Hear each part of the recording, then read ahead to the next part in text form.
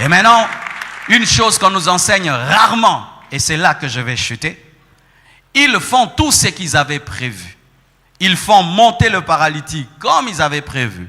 Ils cassent le toit comme ils avaient prévu. Ils descendent le paralytique devant Jésus comme ils avaient prévu. Mais il y a quelque chose qu'ils n'avaient pas prévu.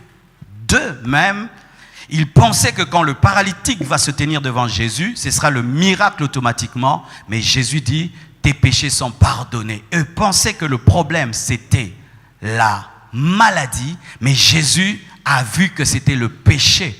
Et quand Jésus entame le processus de guérison, il dit, tes péchés sont pardonnés. Quelque chose arrive dans l'atmosphère spirituelle. Il y a des gens qui s'opposent à ce que Jésus est en train de faire pour cet homme pour lequel ils se sont battus. Ils disent, qui est cet homme pour pardonner les péchés? Car seul Dieu pardonne. Jésus entend les pensées. Ces hommes n'avaient pas exprimé la pensée et lui parle pour se justifier. Justifier pourquoi il peut dire tes péchés te sont pardonnés. Et maintenant il leur parle pour révéler qu'ils connaissaient leurs pensées. Il dit, qu'est-ce qui est plus difficile entre dire tes péchés te sont pardonnés et prends ton lit et marche?